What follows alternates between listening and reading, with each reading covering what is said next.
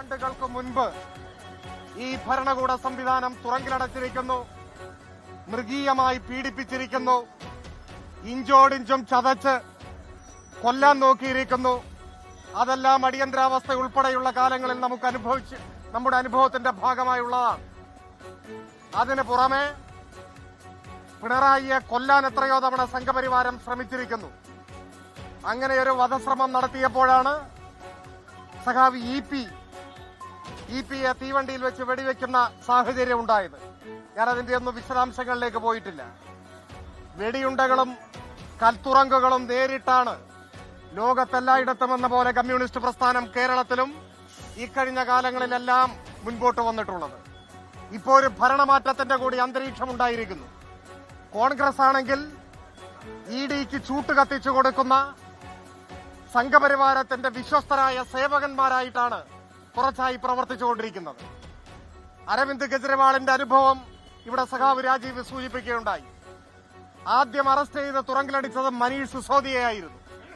Manish സിസോദിയെ arrest ചെയ്തപ്പോ കോൺഗ്രസിന്റെ നേതാക്കൾ ചോദിച്ചത് അരവിന്ദ് കെജ്രിവാളിനെ എന്തുകൊണ്ട് അറസ്റ്റ് ചെയ്യുന്നില്ല എന്നാണ്. ഡൽഹിയിൽ പരാതിക്കാരുടെ റോളായിരുന്നു കോൺഗ്രസിന്. മനീഷ് സിസോദിയയ്ക്ക് പുറകെ അരവിന്ദ് കെജ്രിവാളിനെയും അറസ്റ്റ് ചെയ്തു തുറങ്കിലടച്ചു. ഒടുവിൽ ആ കേസ് എന്തായി എന്ന് നമ്മൾ കണ്ടു.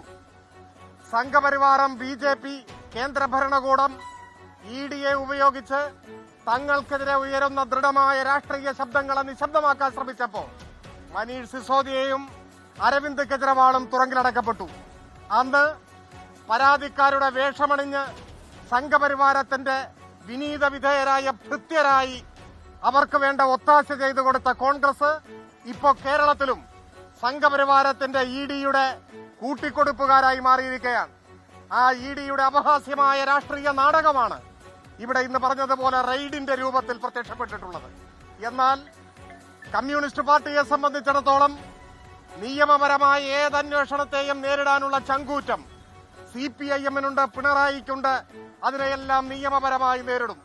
എന്നാൽ ഒരു പുകമറ സൃഷ്ടിച്ച് ജനങ്ങൾക്കിടയിൽ ആശയക്കുഴപ്പമുണ്ടാക്കാൻ, തെറ്റായ ഒരു പ്രതീതി സൃഷ്ടിക്കാൻ ഈ റെയ്ഡിനെ ഉപയോഗപ്പെടുത്തി മുൻപോട്ട് വരുമ്പോൾ അതിനെ രാഷ്ട്രീയമായി നേരിടും. രാഷ്ട്രീയമായി നേരിടുകയെന്നാൽ ഓരോ തെരുവിലും ഇഡിയുടെ രാഷ്ട്രീയം, കോൺഗ്രസിന്റെ പിന്തുണ, സംഘപരിവാരത്തിന്റെ അധമ രാഷ്ട്രീയം തുറന്നു കാണിക്കും. ജനങ്ങൾക്കിടയിൽ കാര്യങ്ങൾ വിശദീകരിക്കും. ജനങ്ങളുടെ പിന്തുണയോടെ ഈ വേട്ടയാടലുകളെ എല്ലാം നേരിടും. അതിന്റെ തുടക്കമാണെന്ന് ആ തുടക്കത്തിൽ ഈ എറണാകുളത്ത് അണിനിരന്നിട്ടുള്ള എല്ലാ സഖാക്കളെയും ഹൃദയപൂർവ്വം അഭിവാദ്യം ചെയ്യുന്നു. വരും നാളുകളിൽ തുടർ സമരങ്ങളിൽ വർദ്ധിത വീര്യരായി നമുക്ക് മുൻപോട്ട് പോകാം. ഈ രാഷ്ട്രീയ ഗൂഢാലോചനകളെ ജനങ്ങളെ അണിനിരത്തി പരാജയപ്പെടുത്താം എന്ന് മാത്രം സൂചിപ്പിച്ചുകൊണ്ട് ഞാൻ എന്റെ വാക്കുകൾ അവസാനിപ്പിക്കുന്നു. അഭിവാദനങ്ങൾ. എല്ലായിടം പ്രതിഷേധങ്ങൾ. പിണറായി വിജയന്റെ ബേക്കർ ജംഗ്ഷനിലെ വീടിന് മുന്നിൽ, പിണറായി വിജയന്റെ പാണ്ഡ്യാല മുക്കിലെ വീടിന് മുന്നിൽ ഒക്കെ വലിയ പ്രതിഷേധങ്ങൾ നടക്കുന്നു. പ്രധാനപ്പെട്ട നേതാക്കൾ ഈ രണ്ട് സ്ഥലങ്ങളിൽ, തിരുവനന്തപുരത്തും കണ്ണൂരും, ഈ പ്രധാനപ്പെട്ട വീടിന് മുന്നിൽ സംസ്ഥാന നേതാക്കളൊക്കെ അവിടെയുണ്ട്. കൊച്ചിയിലും കോഴിക്കോടും എറണാകുളത്തും കോട്ടയത്തും അടക്കം കേരളത്തിന്റെ ഒട്ടുമിക്ക എല്ലാ ജില്ലകളിലും വലിയ പ്രതിഷേധ പ്രകടനങ്ങൾ നടത്തുന്നു. CPM കേഡർ തെരുവിൽ ദീർഘനാളുകൾക്ക് ശേഷം അങ്ങനെ ഒരു വലിയ സമരത്തിലേക്ക് CPM പോകുന്നു ഇപ്പോഴാണ്.